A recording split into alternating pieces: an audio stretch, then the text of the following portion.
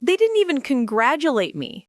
After everything, after the sleepless nights coding until my fingers bled, after maxing out credit cards to keep servers running, after turning my studio apartment in Millbrook Heights into a 24/7 tech lab that looked like a hurricane hit it, I called my parents with the news that would change everything.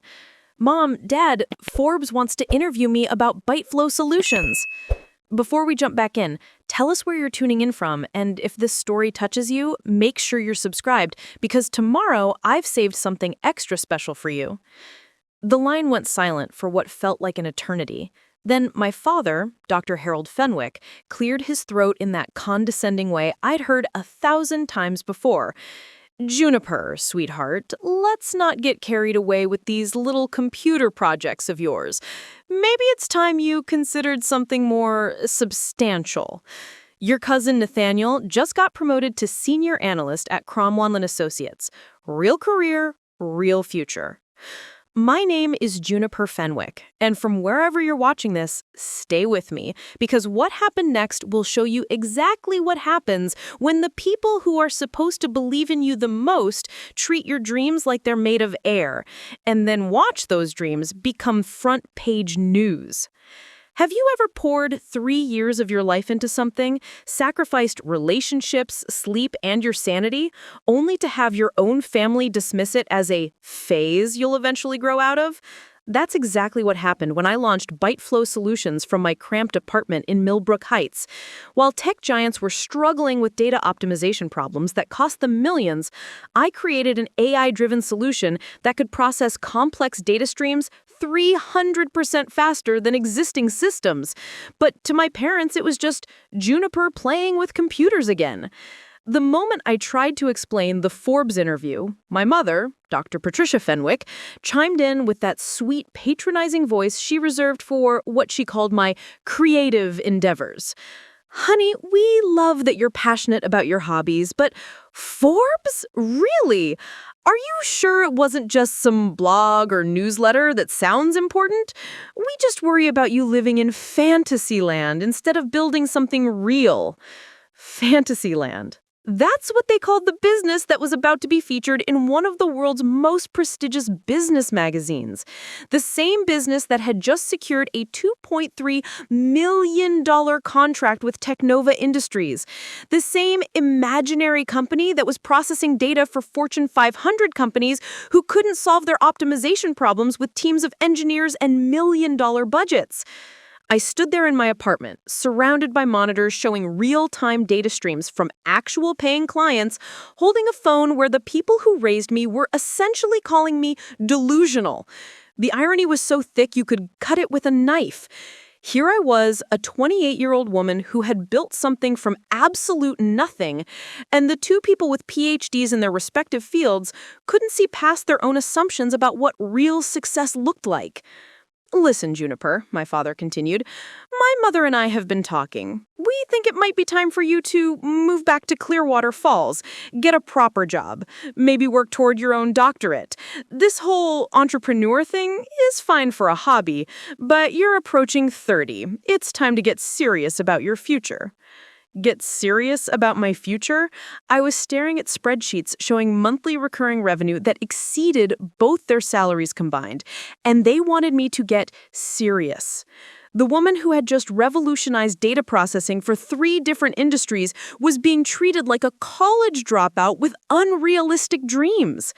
But here's the thing about being underestimated by the people closest to you. It creates a special kind of fire in your belly. Every dismissive comment, every eye roll, every suggestion that I should be more realistic had been fuel for late nights and early mornings. While they were worried about my imaginary business, I was building something that would soon make headlines.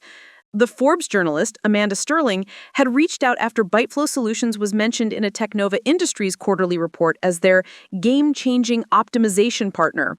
She wanted to do a feature story on young entrepreneurs disrupting traditional industries.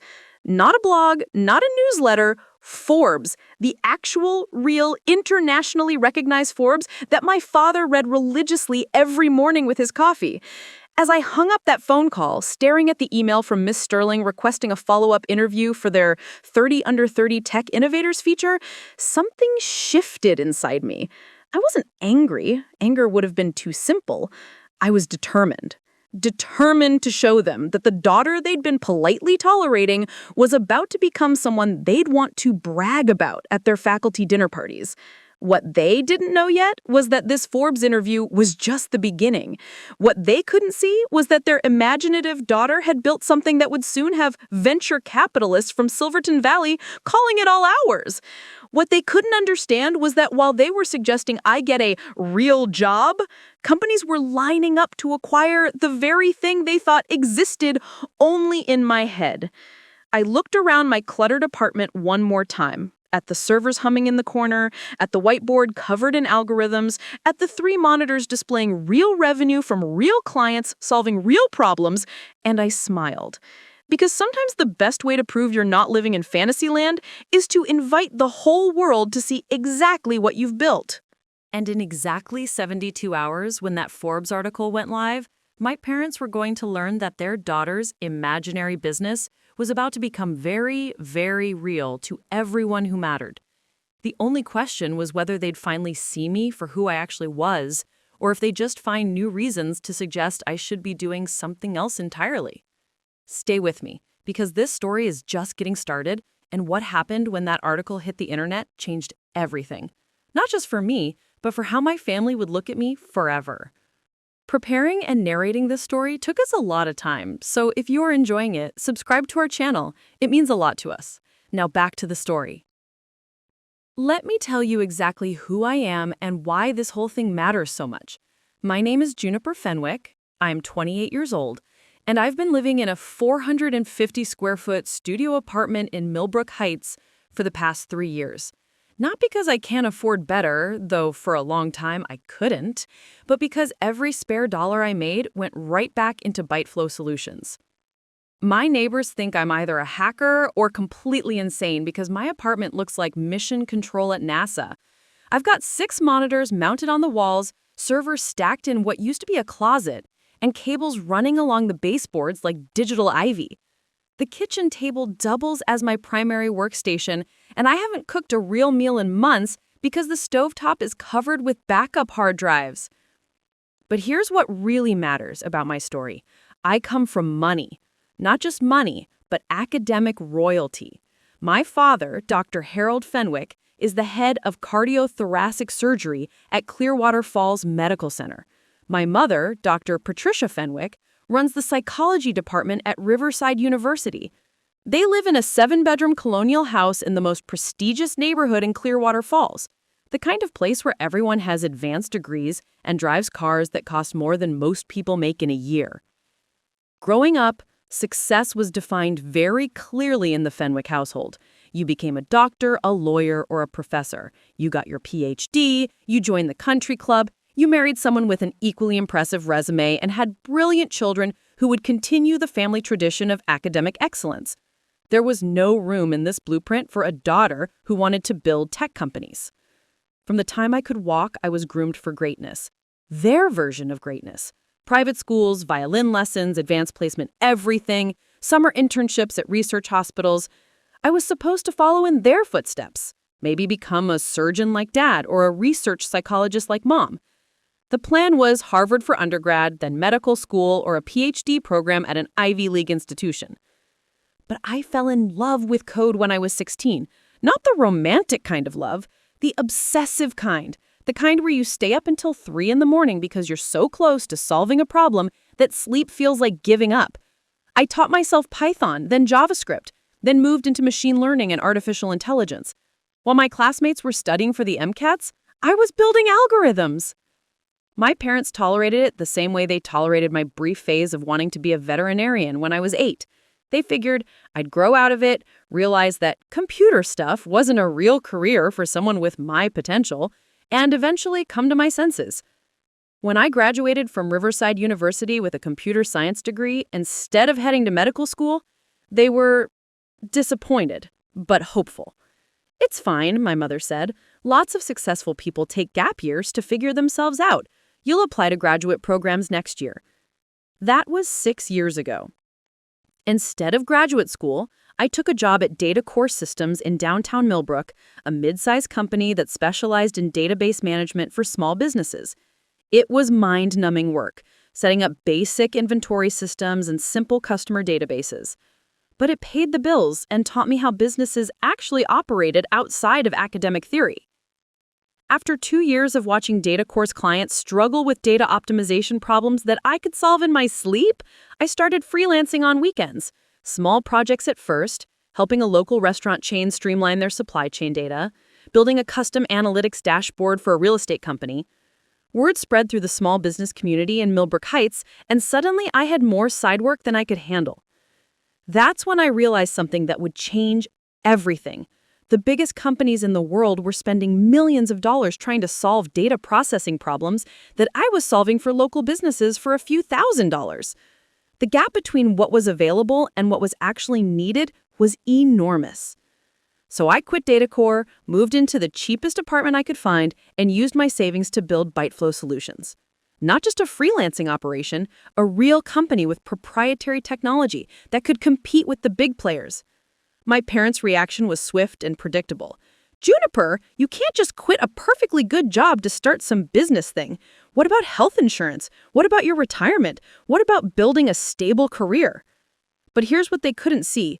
I wasn't just building a business. I was solving problems that billion-dollar companies couldn't solve.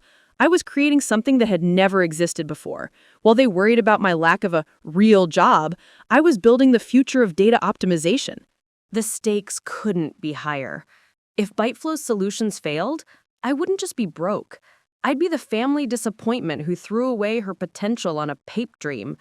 I'd be 30 years old with no career, no savings, and parents who would spend the rest of my life saying, "We told you so." But if it succeeded, if I could prove that their daughter's computer hobby was actually a revolutionary business that could compete on a global scale, then everything would change. Not just for me, but for how they saw what was possible. I wasn't just trying to build a company. I was trying to prove that there was more than one way to be successful, more than one way to make a difference in the world, and more than one way to make your parents proud. The Forbes interview wasn't just recognition, it was validation that I'd been right all along. And my parents were about to learn that their biggest fear, that I was wasting my potential, was actually their biggest blind spot about what potential really looked like. The dismissal didn't start with ByteFlow Solutions. It started when I was 12 years old and built my first website for our neighbor's dog grooming business. Mrs. Chen paid me $50 to create something professional-looking for Pampered Paws, and I spent 3 weeks learning HTML and CSS from YouTube videos to build her a site that looked better than most local businesses had back then. When I showed my parents, practically bouncing with excitement about my first paid project, my father barely looked up from his medical journal. "That's nice, honey. Maybe you can put that energy into your science fair project instead." My mother smiled and patted my head. "Such a creative little hobby, but don't let it distract you from your real schoolwork." A hobby. That's what they called my first taste of building something that actually mattered to someone else. By the time I was 14, I was secretly managing the websites for 3 local businesses: the flower shop on Maple Street, a small accounting firm, and a family-owned hardware store that had been struggling to compete with the big box stores. I wasn't just building pretty websites, I was learning about search engine optimization, online marketing, and digital customer acquisition. These business owners were seeing real results: more customers, higher sales, better online presence. But at home, when I tried to share my excitement about helping the hardware store increase their online sales by 200%, my parents exchanged that look. You know the one. The concerned parental glance that says, "Our child is getting too invested in something that isn't important." "Juniper," my mother said gently, "it's wonderful that you're helping people, but you need to focus on activities that will look good on your college applications. Have you considered joining the debate team? Or maybe the pre-med club?" Pre-med club? I was helping real businesses solve real problems and generating actual revenue. But they wanted me to join a club where teenagers pretended to be doctors? High school was worse. While my classmates were padding their resumes with volunteer hours and extracurricular activities, I was running what had essentially become a small digital marketing agency. I had 7 clients by junior year, was making more money than most adults in Clearwater Falls, and had taught myself advanced programming languages that most college computer science majors wouldn't encounter until their senior year. My guidance counselor, Miss Rodriguez, was amazed. She called my parents in for a meeting to discuss my exceptional entrepreneurial aptitude and suggested I apply to MIT's early admission program for students with demonstrated innovation in technology. I'll never forget that meeting. I sat there while Ms. Rodriguez explained how unusual it was for a high school student to have built and maintained multiple profitable business relationships, how my technical skills were already at a professional level, and how top-tier universities were actively seeking students exactly like me. My parents listened politely, thanked her for her time, and then spent the entire car ride home explaining why this was actually a problem. Juniper, we're proud that you're creative, my father said, choosing his words carefully, but you're getting distracted from what really matters. Your SAT scores are excellent. Your grades are perfect. You could get into any medical program in the country. Why would you want to limit yourself to something so narrow? Narrow. Building technology solutions that helped businesses thrive was narrow, but spending 4 years studying to become the same type of doctor as thousands of other people was broad-minded?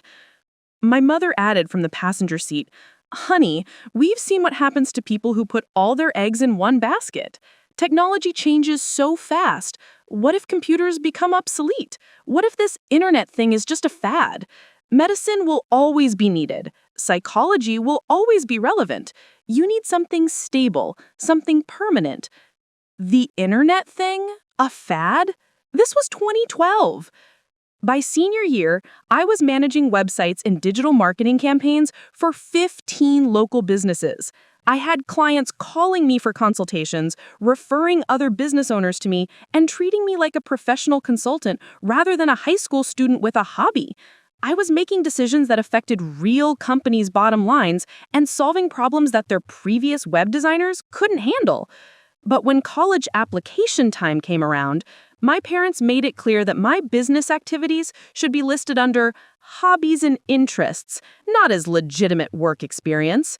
They were worried that admissions committees would see me as unfocused rather than entrepreneurial. "You want to present yourself as well-rounded," my mother explained as she helped me fill out applications, "not as someone who's only interested in one thing. Colleges want students who will contribute to campus life, not just disappear into computer labs." I applied to computer science programs anyway, but I also applied to pre-med tracks at their insistence, just to keep your options open, they said. When I got accepted to Riverside University's computer science program with a partial scholarship based on my portfolio of real-world projects, they were happy but concerned. "It's a good backup plan," my father said. "You can always change majors once you're there."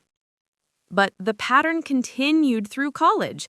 Every semester when I came home for breaks, they'd ask about my grades, my professors, my plans for medical school applications. They'd ask about my social life, my extracurricular activities, whether I was making connections that would help me in my real career. They never asked about the mobile app I developed sophomore year that helped students find study groups and was downloaded by over 10,000 users across 3 universities. They never asked about the internship I landed at a startup in River City, where I worked on machine learning algorithms that would later become part of my ByteFlow technology. They never asked about the patent application I filed junior year for a data compression technique I'd developed in my spare time. When I graduated summa cum laude with a computer science degree and immediately got offered positions at 3 different tech companies, they were proud of the academic achievement, but worried about the career choice. "It's fine for now," my mother said at my graduation dinner. You're young, you can afford to experiment, but don't wait too long to apply to medical school. The admissions committees prefer younger candidates. Even when I took the job at DataCore Systems, their response was lukewarm. It's good that you're learning about the business world, my father said. That'll be valuable when you're running a medical practice someday. Every success I had was reframed as preparation for the career they thought I should want. Every innovation I created was dismissed as a stepping stone to something more legitimate. Every client testimonial, every positive review, every dollar I earned was evidence that I was good at my hobby, not that I was building towards something meaningful. The pattern was so consistent, I started to wonder if they were right. Maybe I was just good at playing with computers. Maybe real success meant following their path. Maybe entrepreneurship was just a phase I needed to get out of my system before settling down into a proper profession. But then I'd get a call from a client whose business I'd helped save, or I'd solve a problem that had been stumping their previous consultants for months, or I'd see the real impact my work was having on real people's lives, and I'd remember why I was doing this. The truth was, they weren't dismissing my work because it wasn't valuable. They were dismissing it because it didn't fit their definition of success. And that definition was so narrow, so rigid, so rooted in their own experiences that they couldn't see what I was actually building. Which made what was about to happen with Forbes even sweeter, because for the first time in my life, someone outside of Clearwater Falls was going to tell the world that Juniper Fenwick had built something extraordinary. And my parents were going to read about it in the same magazine my father had been subscribing to for 20 years. Despite everything, despite years of having my achievements minimized and my career dismissed as a phase, I kept trying to bridge the gap. I kept believing that if I could just show them the right metrics, the right testimonials, the right proof of concept, they'd finally understand that what I was building mattered. Every major milestone in ByteFlow's development, I called them first. When I landed my first enterprise client, Meridian Manufacturing, a company that processes industrial equipment orders worth millions of dollars annually, their previous data system was so outdated that processing a single large order took their team 3 days of manual coordination across 6 departments. My ByteFlow optimization reduced that to 4 hours of automated processing. I called my parents at 11 p.m. the night we went live with Meridian's system, practically vibrating with excitement. Mom, Dad, you're not going to believe this. I just saved a manufacturing company 68 hours of processing time per major order. They're calling it revolutionary. My father's response was, "That's nice, sweetheart. Just make sure you're getting enough sleep. Late nights aren't good for your health." My mother chimed in with, "Is this still that computer consulting thing? I worry about you working such long hours for other people. When are you going to focus on building something for yourself?" Building something for myself? I had just created proprietary technology that was transforming how a multi-million-dollar company operated, and she thought I was doing favor work for friends? But I didn't give up. I kept sending them quarterly reports, thinking that maybe if they saw the numbers in a professional format, they'd understand. Revenue growth of 340% in year 1, client retention rate of 96%, customer satisfaction scores averaging 4.8 out of 5. I formatted everything like the business reports my father received from the hospital board, complete with charts and executive summaries. They'd skim them politely and file them away with my childhood art projects. When Technova Industries reached out about licensing ByteFlow's core algorithm for their entire Northwest operations, I thought this would finally be the moment. Technova wasn't some local business struggling with basic data management. This was a Fortune 500 company with annual revenues exceeding $8 billion. They wanted to pay $2.3 million for 3 years of licensing rights because their entire team of engineers couldn't replicate what I'd built in my apartment. I drove the 4 hours from Millbrook Heights to Clearwater Falls to tell them in person. I brought the signed contract, the technical specifications that Technova's engineers had praised as groundbreaking, and a breakdown of exactly what this deal meant for ByteFlow's future. I found them in their home office. Dad reviewing surgical schedules, and Mom grading graduate student papers. I spread everything out on their mahogany desk, the same desk where I used to do homework while they worked late into the evening. "This is it," I said, pointing to the Technova contract. "This is the validation we've been waiting for. A Fortune 500 company is licensing my technology because it's better than anything their engineers have been able to develop."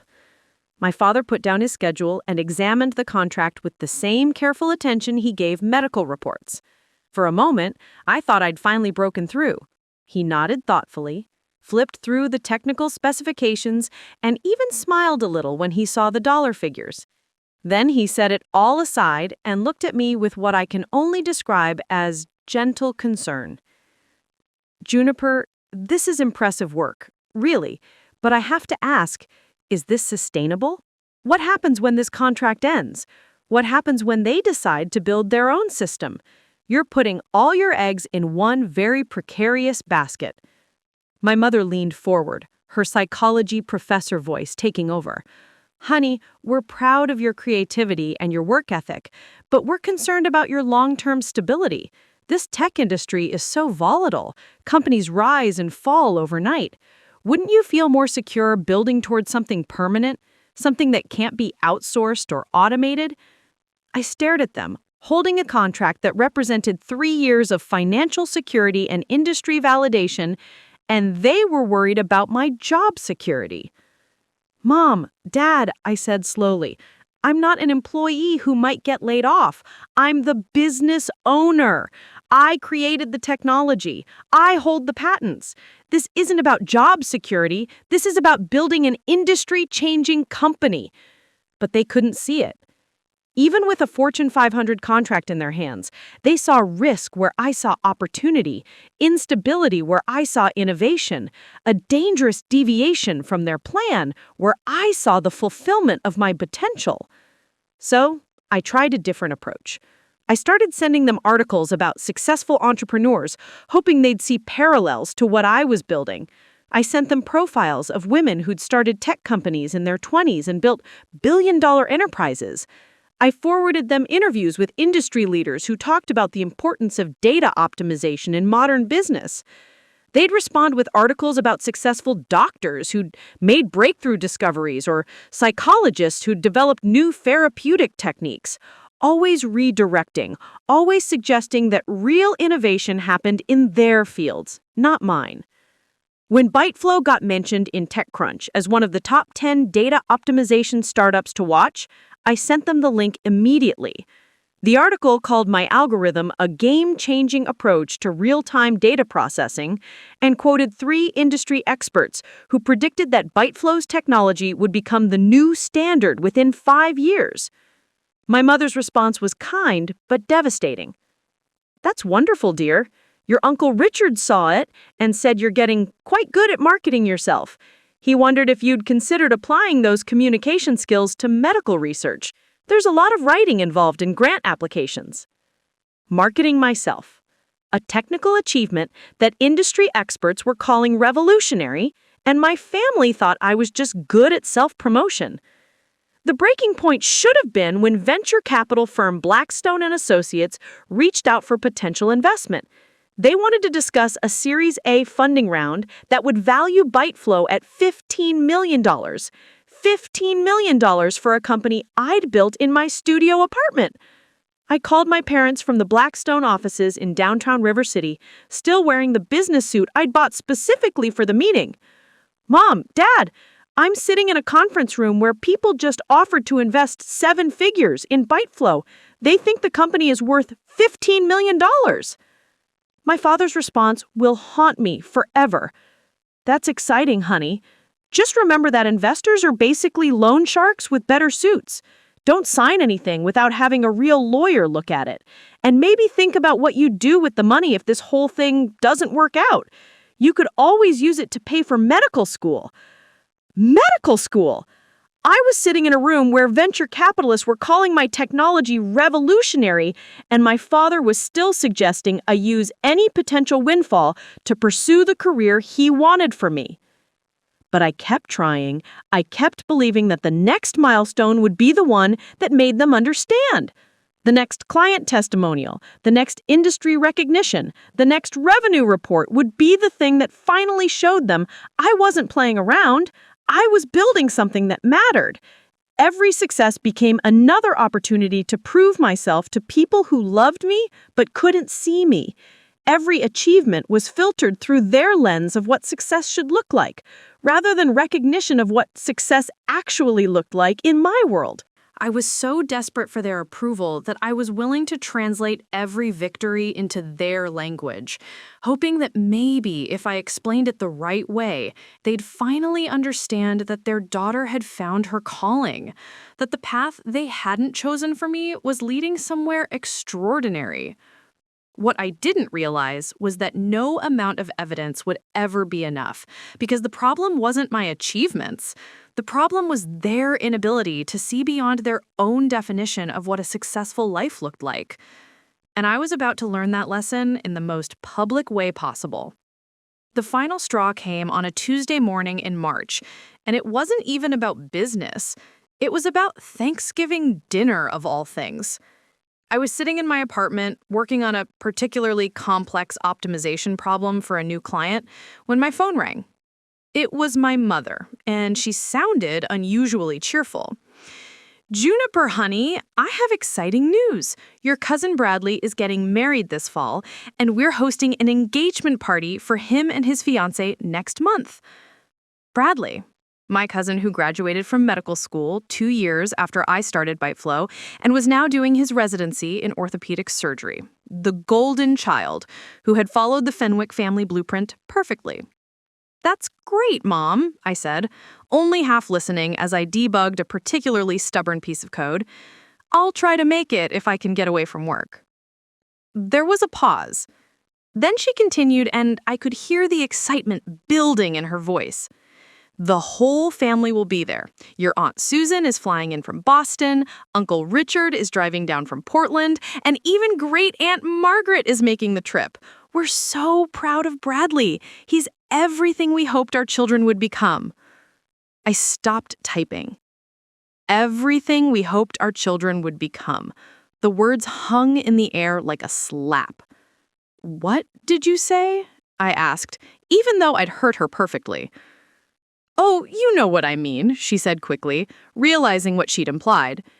"We're proud of all our children, but Bradley is such a perfect example of what hard work and dedication can accomplish. He's going to save lives, he's marrying a lovely girl from a good family, they're talking about buying a house in Westbrook Hills. It's just so substantial." Substantial. There was that word again. "Mom," I said slowly, "are you saying that what I do isn't substantial?" "Oh, honey, no, that's not what I meant at all. Your computer thing is very impressive. It's just different.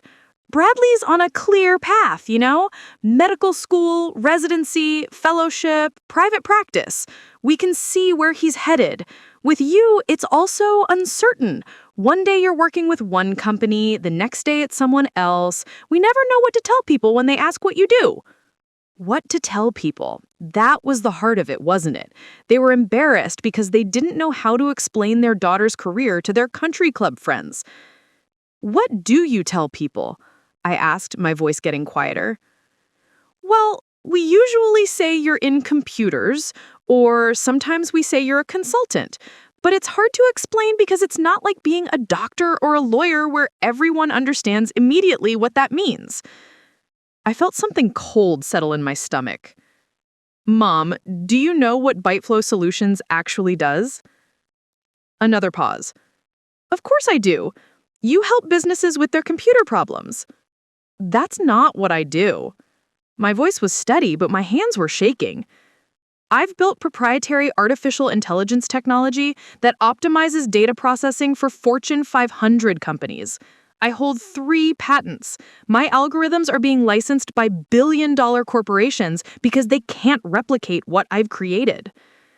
"I know, sweetheart, and that's wonderful, but you have to understand our perspective. When we look at Bradley, we see someone who's building something lasting. He's going to have patients who depend on him, colleagues who respect him, a career that will matter for decades. With your work, everything is so temporary. Temporary.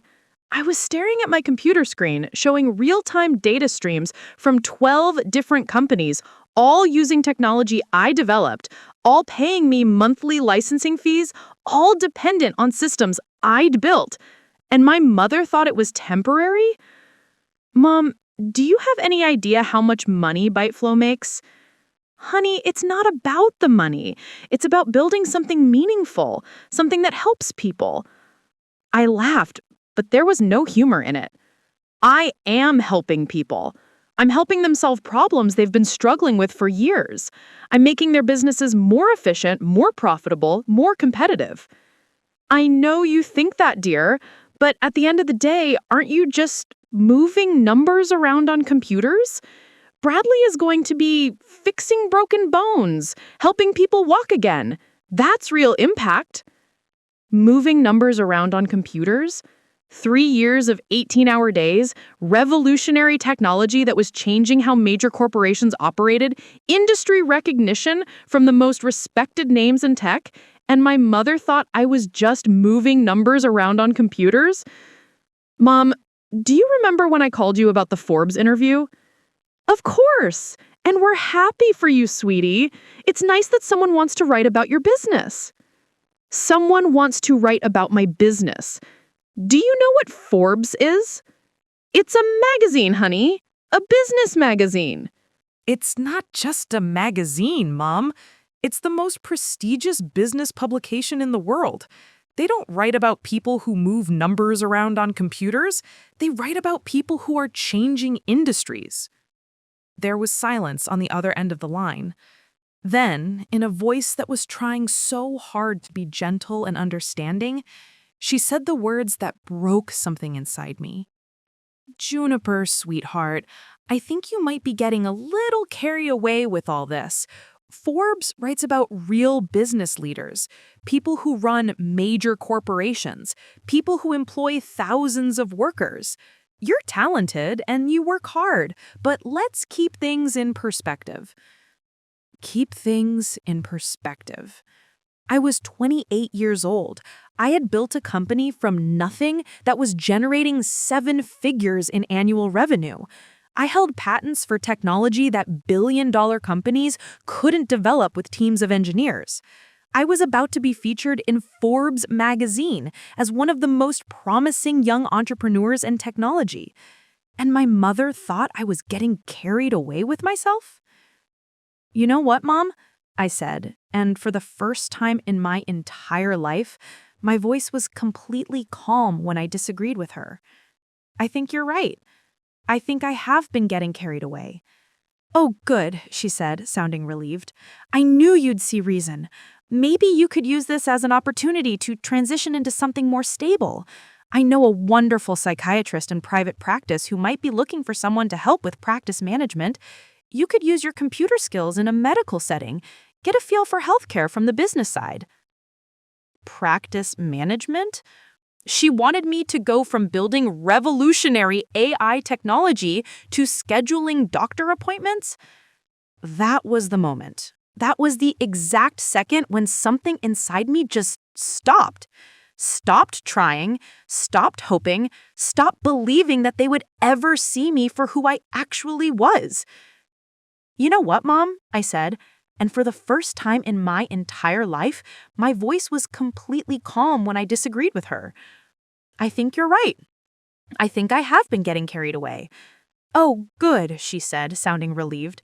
I knew you'd see reason. Maybe you could use this as an opportunity to transition into something more stable.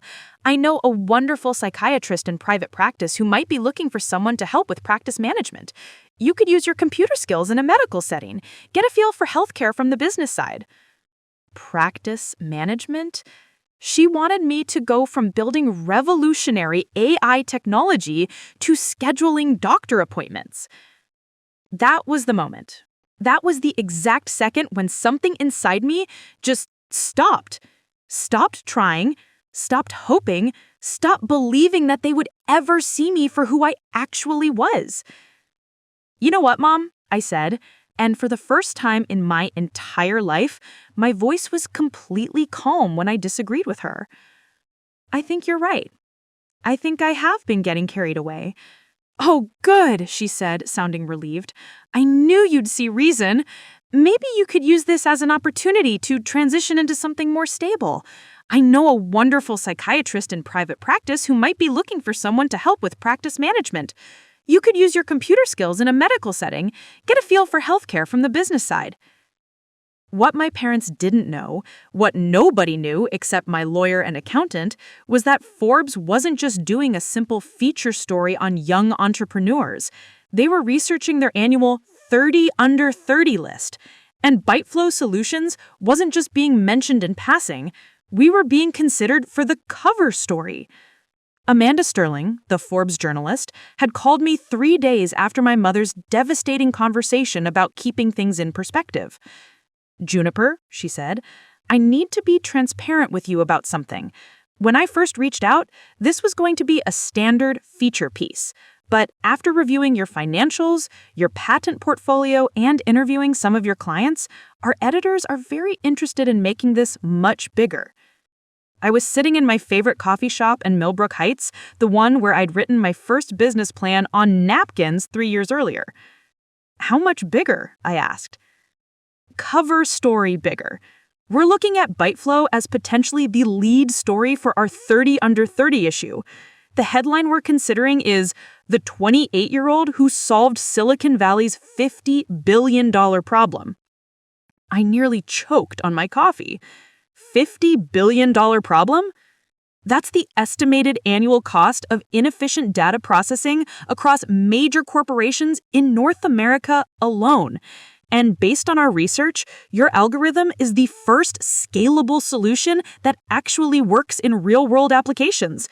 We've spoken to executives at Technova, Meridian Manufacturing, and Dataflow Dynamics. They all say the same thing. You've built something that billion-dollar companies with unlimited resources couldn't figure out with teams of engineers. But that wasn't even the biggest revelation. "There's something else," Amanda continued.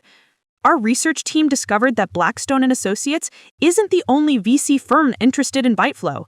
We've confirmed that at least 4 other major firms are preparing acquisition offers. The numbers we're hearing are significant." "How significant?"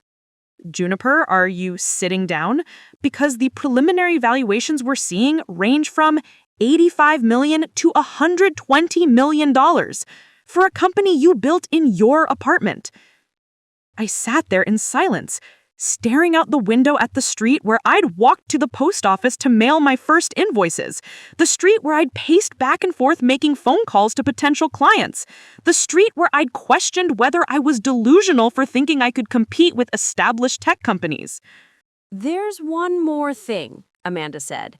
We've been contacted by MIT's Entrepreneurship Center. They want to use ByteFlow as a case study in their graduate program. Harvard Business School has also reached out. They're developing a curriculum around AI-driven business solutions and want to feature your work. MIT and Harvard, the schools my parents had always dreamed I'd attend, but for the path they'd chosen for me. Now they were calling because of the path I'd chosen for myself. Juniper, I need to ask, do your parents know about any of this? I almost laughed. They think I move numbers around on computers. There was a pause. Well, they're about to learn differently. This story publishes in 6 days, and based on what we're seeing, it's going to get picked up by every major business publication in the country. CNN, Bloomberg, CNBC, they're all going to want to follow up on this story. After I hung up, I sat in that coffee shop for 2 hours, trying to process what had just happened. My parents thought I needed to keep things in perspective while Forbes was preparing to put me on their cover. They were worried about my job security while venture capitalists were preparing 9-figure acquisition offers. They wanted me to consider medical practice management, while MIT wanted to study my business model. The irony was so profound it almost felt scripted. But there was something else Amanda had mentioned that she didn't realize was significant. During her research, she'd spoken to Dr. James Richardson, the former chief technology officer at Clearwater Medical Systems. He'd left healthcare to join a consulting firm that advises Fortune 500 companies on technology adoption. "He was very complimentary about your work," she'd said casually, said he'd been following ByteFlow's development and wished more entrepreneurs understood enterprise-level implementation the way you do. Dr. Richardson, my father's former colleague, someone who'd sat at our dinner table dozens of times during my childhood, someone who knew exactly who my parents were and exactly what they thought about my career choices. And he'd been following my work, impressed enough to speak positively about it to Forbes. That's when it hit me. The technology community in the Pacific Northwest isn't that large. People talk, word gets around. There was no way that ByteFlow's success was happening in complete isolation from my parents' professional circles. I pulled out my laptop and started digging.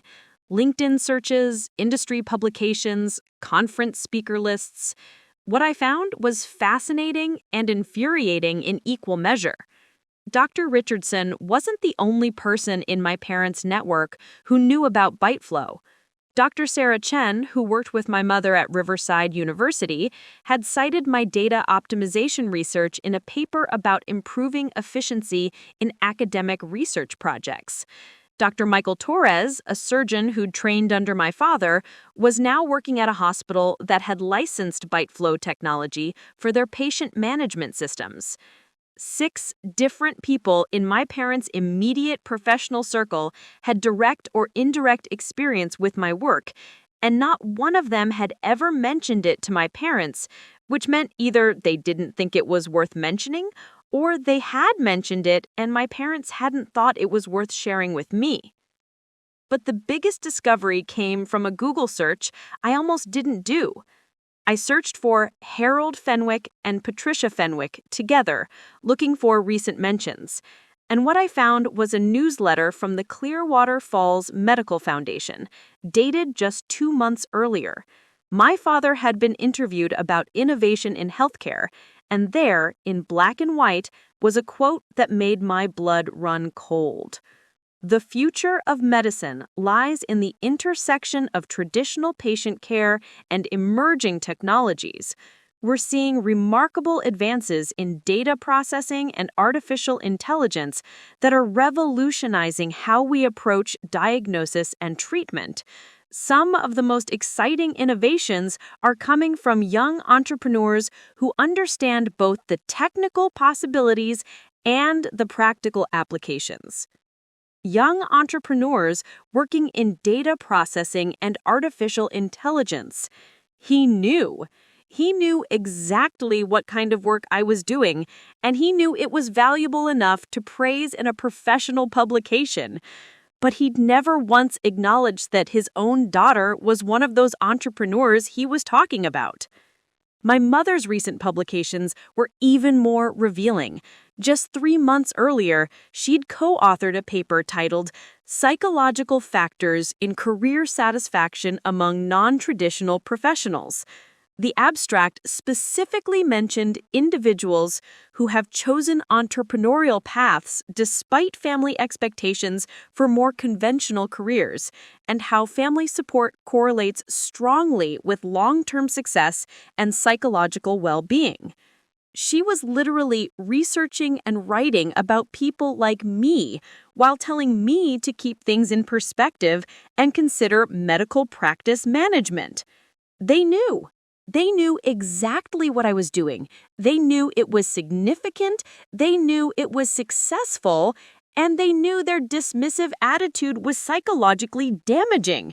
But they'd made a choice to minimize my achievements anyway, perhaps hoping I'd eventually abandon this path and choose the one they preferred. That night, I made a decision. I wasn't going to tell them about the Forbes cover story. I wasn't going to prepare them for the media attention. I wasn't going to give them the chance to spin this as lucky timing or good marketing or anything other than what it actually was. For the first time in my life, they were going to learn about my success the same way everyone else did, by reading about it in the newspaper.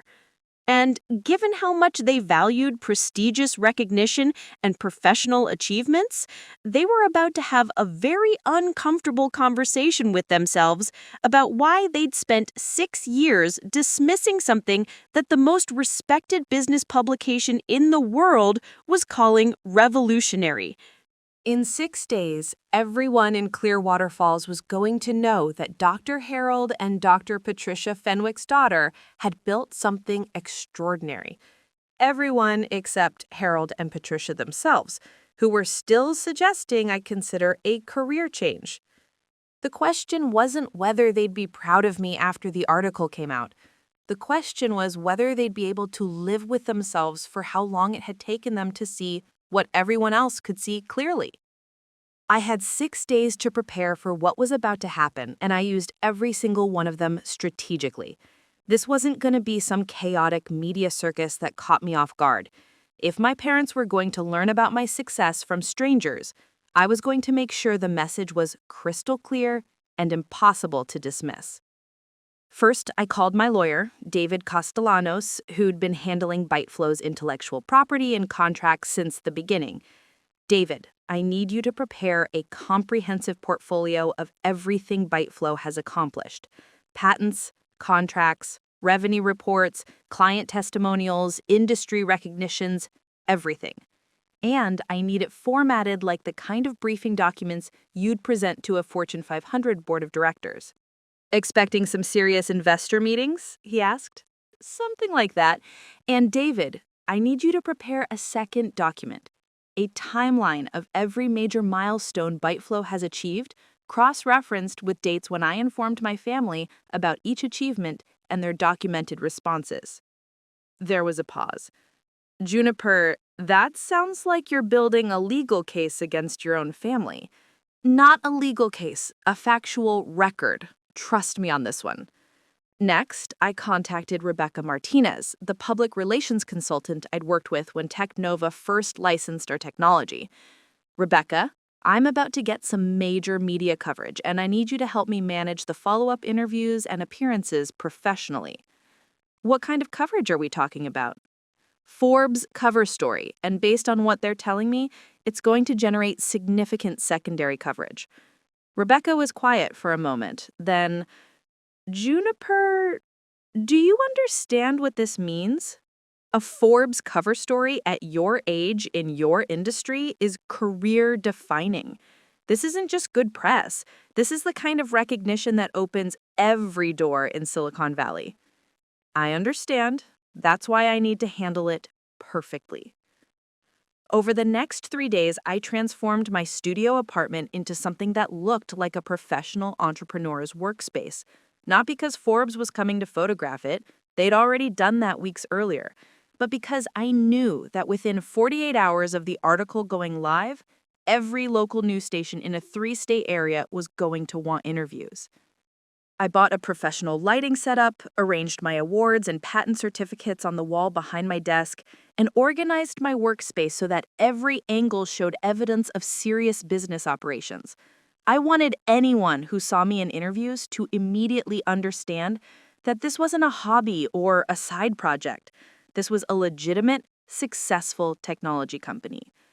Then, I did something I'd never done before in my relationship with my parents. I stopped communicating with them entirely. No phone calls, no text messages, no emails. For the first time in my adult life, I went completely silent. When my mother called Wednesday evening, 3 days before the article was set to publish, I let it go to voicemail. Hi, honey, just checking in. Your father and I were talking about what we discussed earlier about maybe transitioning into healthcare management. I found the contact information for that practice I mentioned, and they're actually looking for someone with technology experience. Give me a call back when you get this. I didn't call back. Thursday, my father called.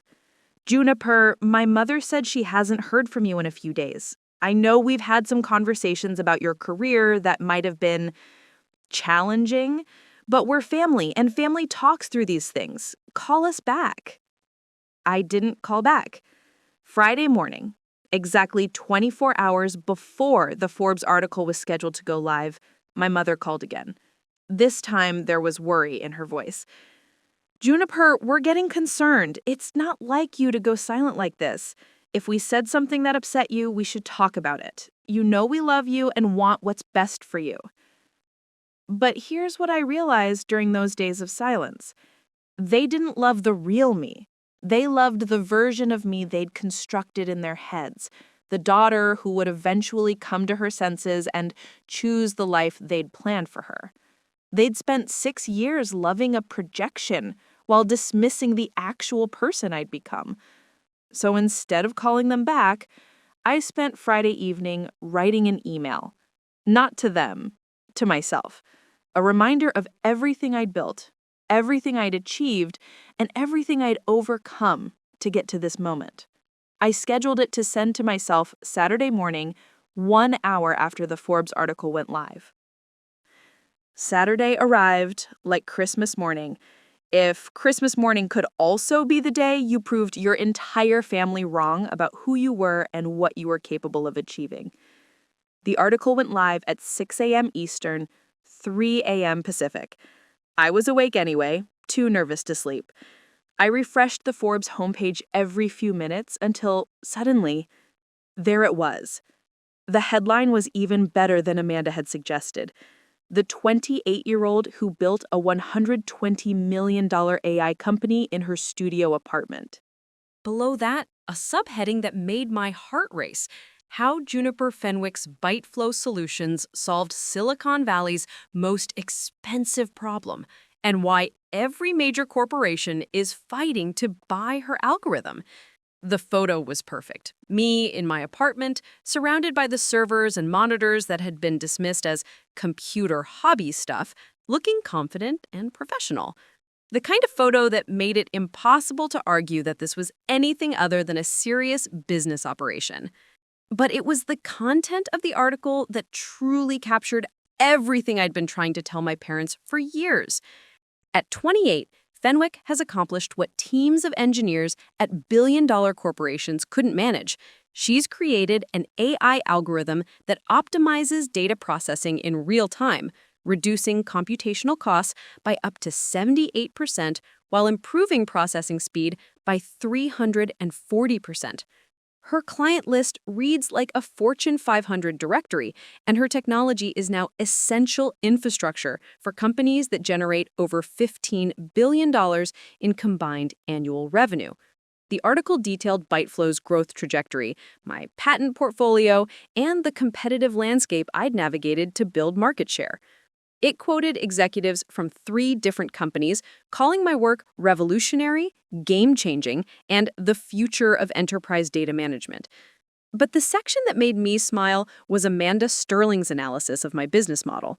What makes Fenwick's success particularly impressive is that she achieved it without venture capital, without a team of co-founders, and without the typical Silicon Valley support structure. She identified a problem, developed a solution, and built a sustainable business entirely through organic growth and client satisfaction. By 7 a.m., my phone was ringing constantly. CNN wanted a live interview for their Sunday morning business show. Bloomberg was requesting a follow-up feature for their Monday edition.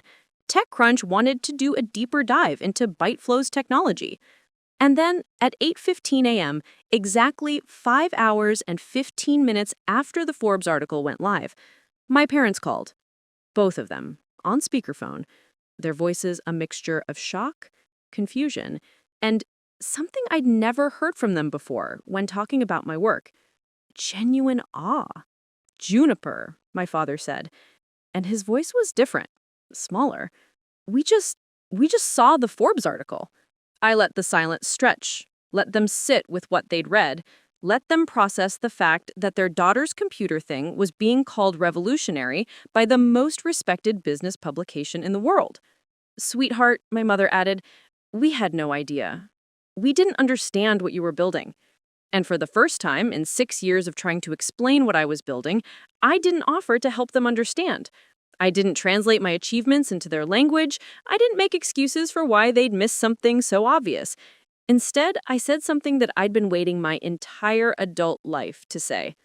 I know you didn't understand, but everyone else did. The real conversation was just beginning. The phone call with my parents lasted exactly 4 minutes and 37 seconds. I know because I recorded it.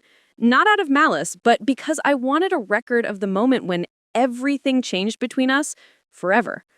After I said, I know you didn't understand, but everyone else did, there was silence.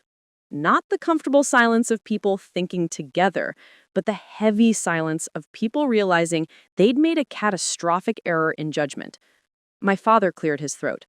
Juniper, we owe you an apology. We clearly underestimated what you were building. Did you? Because according to this Forbes article, Dr. James Richardson has been following ByteFlow's development for over 2 years. He told Forbes he's been impressed with my work. Dr. Richardson, who's had dinner at our house at least a dozen times since I started this company. Another silence. And Mom, I found your paper on non-traditional career paths and family support, the one where you wrote about how family dismissal correlates with psychological distress among entrepreneurs. Interesting research topic. My mother's voice was barely a whisper. Juniper, we never meant to... You never meant to what? Dismiss me? Minimize my achievements? Suggest I was getting carried away with myself? Because according to my phone records, I called you 17 times over 3 years to share major business milestones. 17 times I tried to explain what I was building, and 17 times you suggested I consider something more stable. I could hear my father breathing heavily. We made mistakes. We can see that now. Can you? Because 24 hours ago, Mom called to tell me about a medical practice management position. Yesterday, you thought I needed to transition out of technology into something more substantial. What changed between yesterday and today? Did my company suddenly become more valuable overnight? The Forbes article helped us understand. The Forbes article didn't change anything about ByteFlow. The technology is the same, the clients are the same, the revenue is the same, the patents are the same. The only thing that changed is that someone you respect finally told you what I've been trying to tell you for 3 years. That conversation ended with promises to talk more when things calmed down and assurances that they were proud of what I'd accomplished. But within 6 hours, I understood that their reaction to my success was going to be far more complicated than simple pride. At 2 p.m., my phone rang. It was my cousin Bradley, the orthopedic surgery resident, who was everything my parents hoped their children would become. Juniper, holy shit!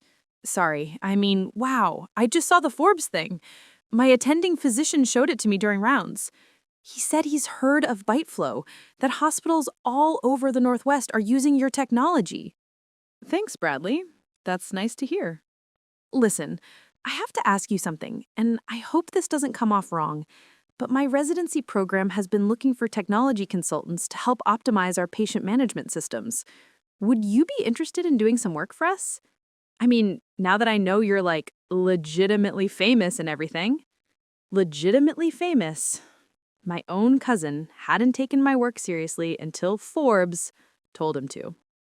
At 4 p.m., my Aunt Susan called.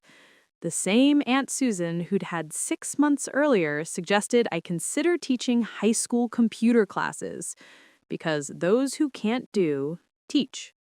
Juniper, darling, I've been bragging about you to everyone at the hospital. My colleagues are so impressed that my niece is featured in Forbes. We always knew you were special. Always knew. The revisionist history was already beginning. By evening, my social media was exploding with messages from family members, family friends, and people from Clearwater Falls who had barely acknowledged my existence for the past 6 years. Suddenly, everyone remembered encouraging me. Everyone had always believed in my potential. Everyone was proud to know me. But it was the text message from my mother at 8 p.m. that really showed me how fundamentally things had changed. Sweetheart, I've been thinking about our conversation this morning. I realize we made some serious mistakes in how we responded to your work.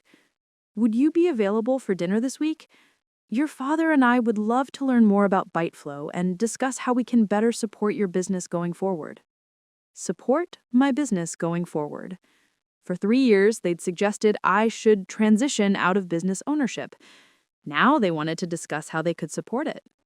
But the real revelation came the next day when I started receiving calls from reporters who had done follow-up interviews with my parents.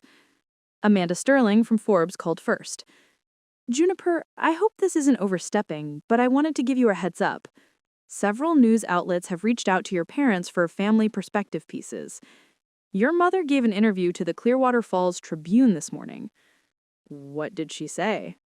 Well, she called you incredibly driven from a young age and said that she and your father had always encouraged your entrepreneurial spirit. She mentioned being proud of your independent thinking and innovative approach to problem solving. I almost laughed. Encouraged my entrepreneurial spirit.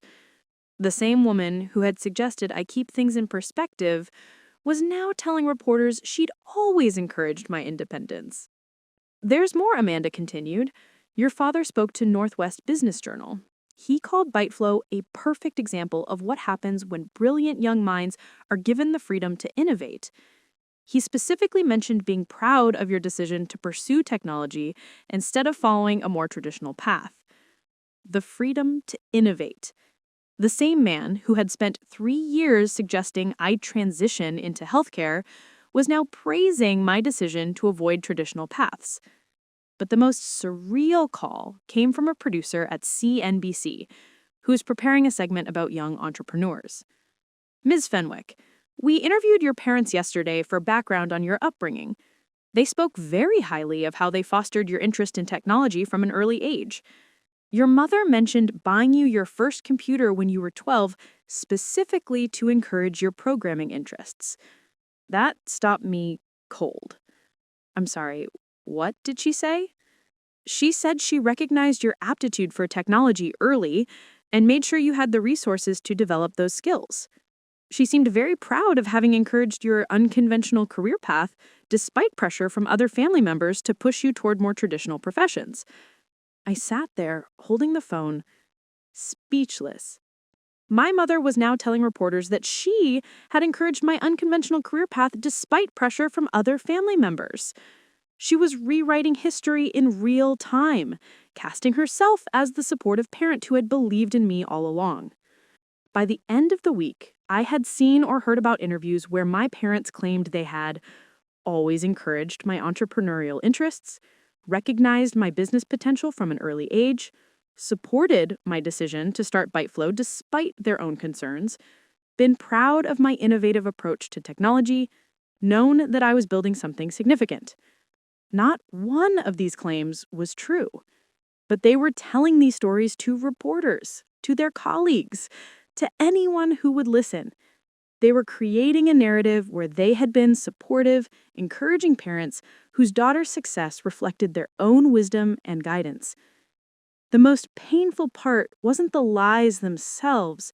It was realizing that even faced with overwhelming evidence of their own dismissiveness, they couldn't bring themselves to acknowledge what they actually done. Instead of owning their mistakes, they were rewriting history to make themselves the heroes of my success story. But I had something they didn't know about: documentation. Email threads, text message records, voicemail, transcripts. 3 years of evidence showing exactly how they responded to each milestone, each achievement, each attempt to share my excitement about what I was building. And I was about to decide whether to let them live in their revisionist fantasy or whether the world deserved to know the truth about what it's really like when your own family can't see your worth until strangers tell them they should. 3 months after the Forbes article changed everything, I made a decision that surprised everyone, including myself. I didn't expose my parents' lies. I didn't release the documentation of their years of dismissiveness. I didn't call press conferences to set the record straight about who had really supported my journey. Instead, I did something far more powerful. I used my success to build something that would matter long after the media attention faded. The turning point came during a visit to Riverside University, where my mother worked. I'd been invited to speak to the computer science department about entrepreneurship. And as I walked across the campus where I'd spent 4 years being told I was too focused on technology, I passed the student center. There, hunched over a laptop at a corner table, was a young woman who looked exactly like I had 6 years earlier. She was surrounded by textbooks, energy drink cans, and what looked like the scattered remnants of a business plan. She kept glancing around nervously, as if she was afraid someone would tell her she didn't belong there. I stopped. "What are you working on?" She looked up, startled. "Oh, nothing important. Just a project for class." "What kind of project?" She hesitated, then seemed to recognize me. "Wait, you're Juniper Fenwick. You're the ByteFlow person. I saw your Forbes article." "I am. And you didn't answer my question. What are you working on?" "It's probably stupid, but I'm trying to figure out how to start a company that helps small businesses manage their social media presence more efficiently. I think I've developed an algorithm that could automate content scheduling while maintaining authentic engagement. But everyone I've talked to says it's too niche, too risky, that I should focus on getting good grades and finding a stable job after graduation." I sat down across from her. "What's your name?" "Riley Chen. I'm a sophomore in computer science." "Riley, how many small businesses have you talked to about this problem?" "About 40. They all say it's their biggest time drain, but they can't afford to hire social media managers." "And you've built a working prototype?" "Yeah, but it's just something I put together in my dorm room. It's not like it's a real company or anything." I smiled, remembering the countless times I'd minimized my own work the exact same way. "Riley, I want to tell you something.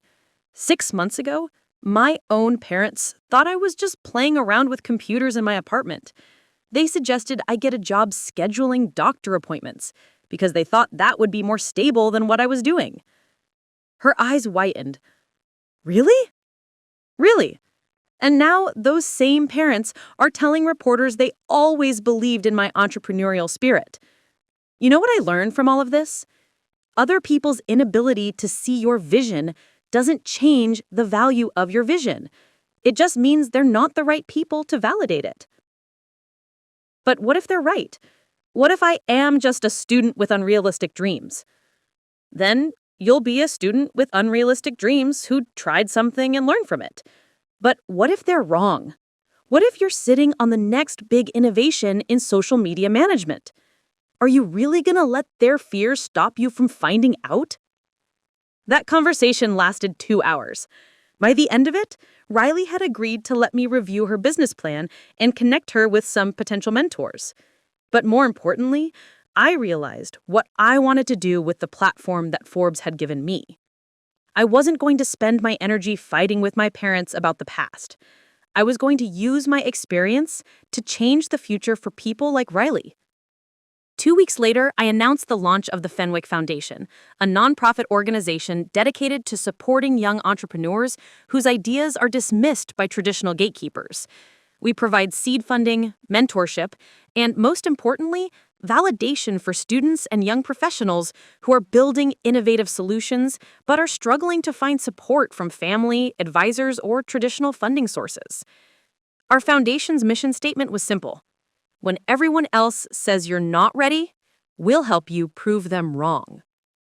Our first cohort included 12 young entrepreneurs, all between the ages of 19 and 25, all working on projects that had been dismissed as impractical, too niche, or unrealistic by parents, professors, or advisors. Riley's social media management platform was one of them.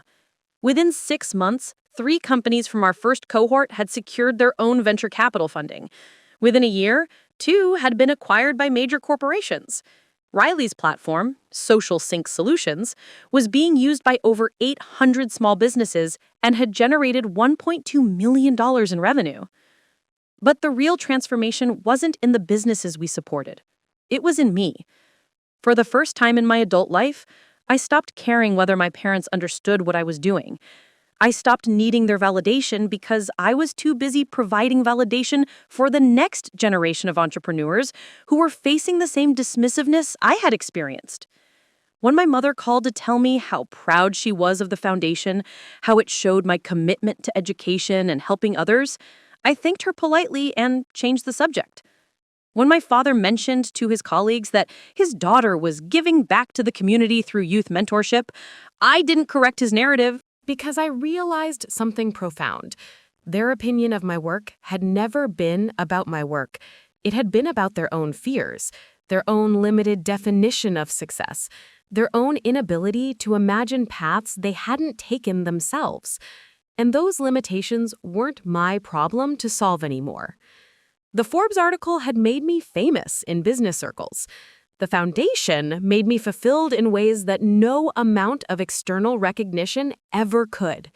6 months after launching the foundation, I moved out of my studio apartment, not because I had to, but because I wanted to. I bought a house in Millbrook Heights with enough space for a proper office, a conference room for foundation meetings, and a workshop where young entrepreneurs could come to build their first prototypes. I turned ByteFlow into a distributed company, hiring remote employees and contractors so I could spend more time mentoring than managing. The business continued to grow, but it was no longer the center of my identity. My parents still call regularly. They still talk about being proud of my success. They still mention my accomplishments to their friends and colleagues. But the desperate edge is gone from our conversations. The need to prove myself, to translate my achievements into their language, to seek validation I had been chasing for 6 years. Because I finally understood the truth that no Forbes article could teach me. The people who matter will see your value without needing a magazine to tell them it exists. And the people who need a magazine to tell them you're worth their attention probably aren't worth your energy. Today, when young entrepreneurs call me frustrated because their parents want them to pursue more traditional careers, I tell them what I wish someone had told me. Your family's limited vision of success doesn't limit your actual potential for success. Build something that matters, help people who need what you've built, and let the results speak louder than any conversation ever could. The girl who once sat in her apartment hoping her parents would finally understand what she was building grew into a woman who helps other people understand what they're building. And that transformation, more than any magazine cover or acquisition offer, proved that sometimes the best revenge isn't proving people wrong about you, it's becoming someone who helps others prove themselves right. My name is Juniper Fenwick, and my parents called my business imaginary until Forbes called it revolutionary. But the real revolution wasn't in the recognition.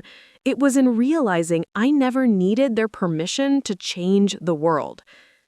Up next, you've got 2 more standout stories right on your screen.